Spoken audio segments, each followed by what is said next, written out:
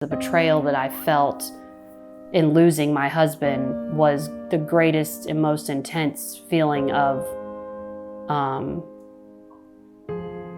rejection I'd ever felt. I'm Rachel. I'm 33. I grew up in church. I like to say I was a cradle charismatic.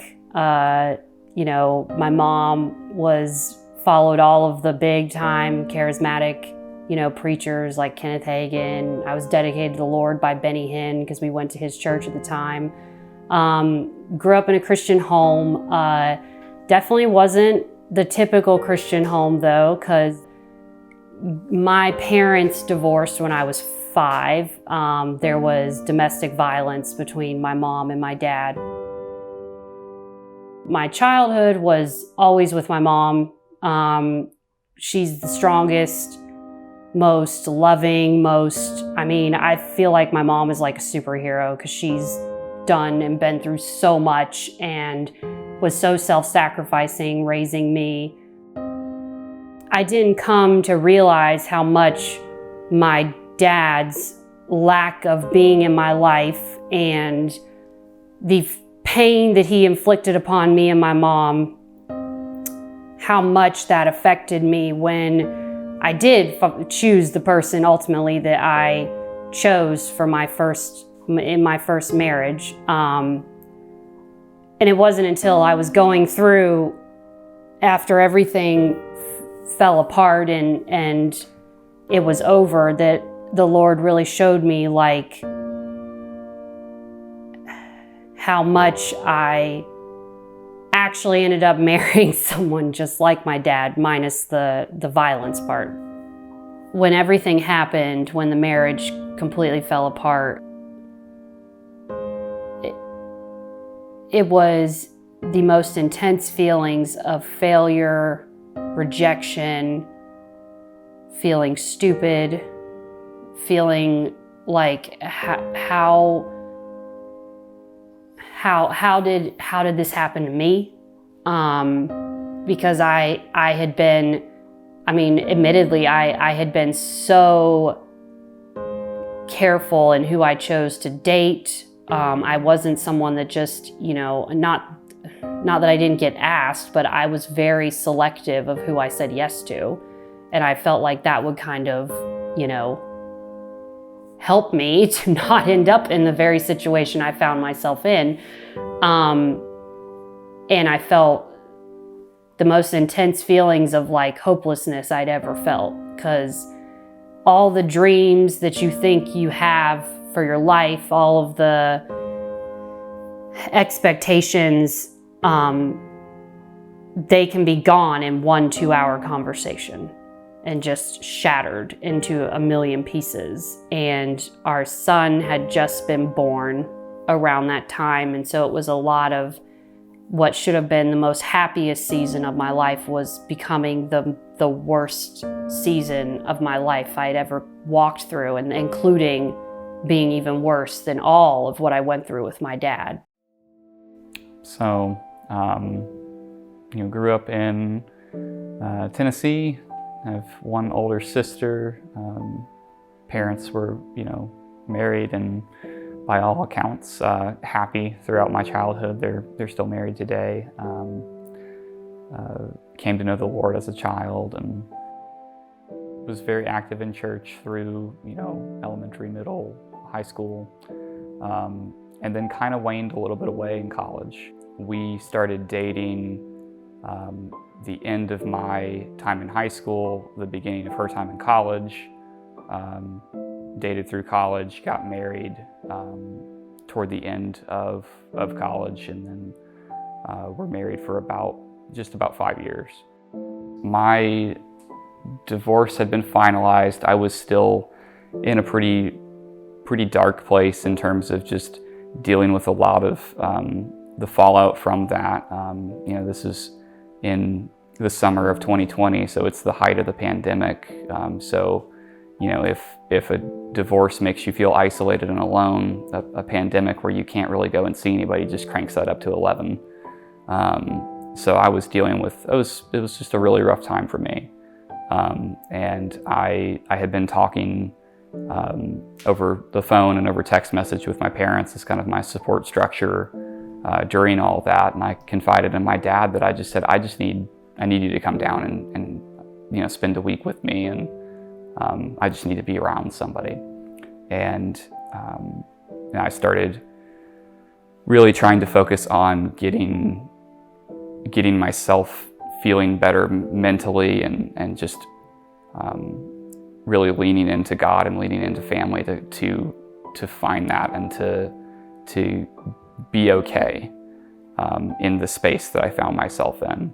One of the things that I had kind of started to delve into and had kind of abruptly pulled out of was I had started looking at dating, and I had talked to some people on there, and nothing had really materialized of it. And I kind of had stepped away from that and was like, okay, I just need to kind of get myself right and feeling good before I really pursue this any further.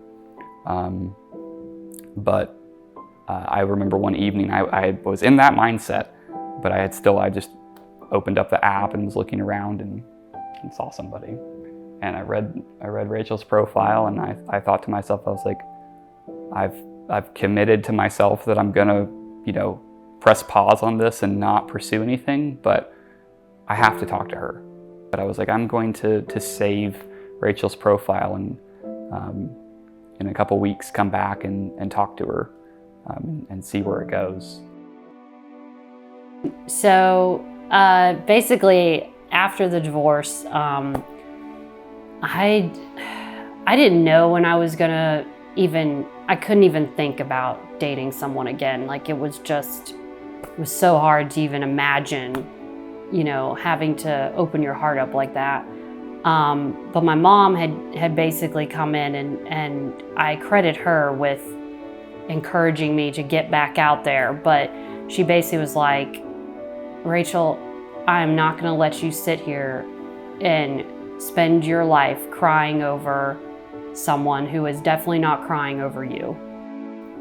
So I had put up a profile. I basically realized pretty quickly, I was like, I don't even know if I'm ready to even do that, like to even have a friendly conversation. And so I took it down for a while, and then I got an email saying that Eric has viewed your profile. And I remember I was standing in the kitchen, and my mom was there with me, and I was like, how is that even possible? Because I've taken it down. Like, it was not out there for anyone to see. It was hidden, yeah. And so I was able to still go to his profile. So I, of course, went to his profile, and I was like looking at it. And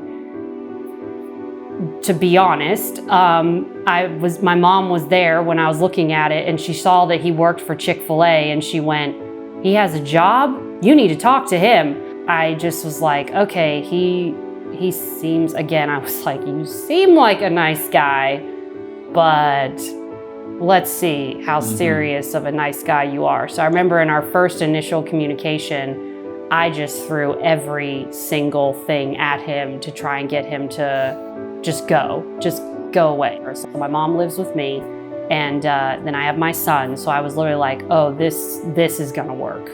Like, mom lives with me, I have a child from another man, recently divorced, we done. There's no way. This is going nowhere fast. As soon as I throw those three out there, we're done.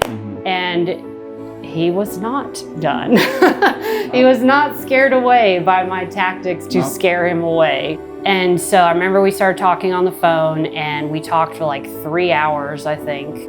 I mean, honestly, my first thoughts were like, this is probably too good to be true. I was like, there's gotta be something wrong. There's some secret he's hiding. Something's gotta be wrong. Because I was like, there's no way there has to be something. There's no way he's truly who he's presenting himself to be. And so I kind of started our initial dating of just like, let me find the thing. What is the skeleton in the closet? What is it that, you're available, basically? Because my thought was honestly like, all the good men were married. And if they weren't married, there's a reason they weren't married.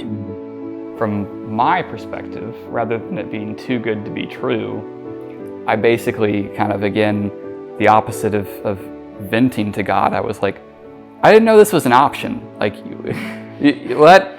I didn't, come on. I was completely dumbfounded with what I had found. Like, I seriously just remember just thinking out loud, talking to God, and just being like, I had no idea, no earthly idea.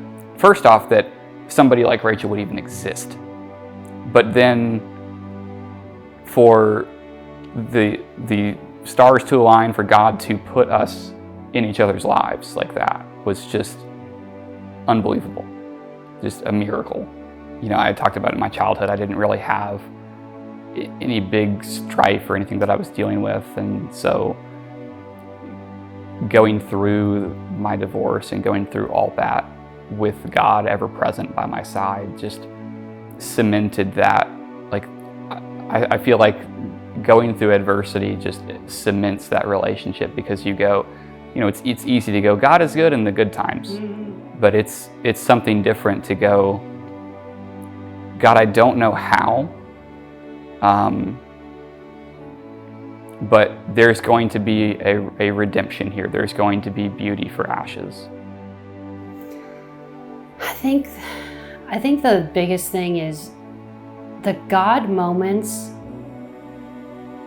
They were never like, throughout our entire story, throughout healing from the broken marriage, our mending of us together, there was never like a moment where I went, aha, you're here. It was all these like little things. One of the things I remember being probably, in my opinion, one of the greatest God moments was my mom, shortly after everything happened with me and my ex-husband, sitting me down on my bed. And because she had been through some pretty crazy stuff herself, I mean, she spoke so much hope and so much faith into me in that one conversation. And she said, Rachel, he did it for me. He's going to do it for you. He never left me. He never left us, and he's not going to leave you.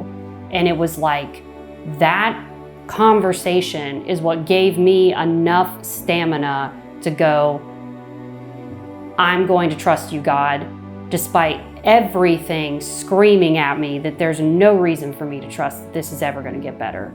And then I'd say that the other God moments were, so many of my friends came around me, and when the enemy is trying to tell me that you are undesirable and alone and basically go crawl in a hole and die is how it feels, it's like God is going, nope, I'm going to surround you with all these people that are going to tell you how much you do matter and are going to encourage you and say that this is not over. But even, I mean, it was like breathing, you know? I mean, it was just living it day to day. I didn't have any like voice I heard or like audible voice, or it was just going every day and just being like, God, I trust you, and I know you love me, and I know you care about me, and I have a lot of really great people in my life that care about me and love me too, and it's going to be okay. And every day it got easier and it got better. If you're in a moment of despair, call your most closest, faith-filled friend that you can trust and get a group of people around you to speak into your life, and know that God is not only working through you, but he's working through them too. Find somebody that's gone through the same earthly circumstance as you, because that still is paradoxical to the devil's claim that, no, this disasters only happened to you, and there's no coming back from it. Just being around people, walking, talking to them, hearing how they've walked through it, proves that to not be true. That your story is not beyond redemption, because you're sitting across a table talking to somebody that walked through the same thing that you did 10 years ago or something like that.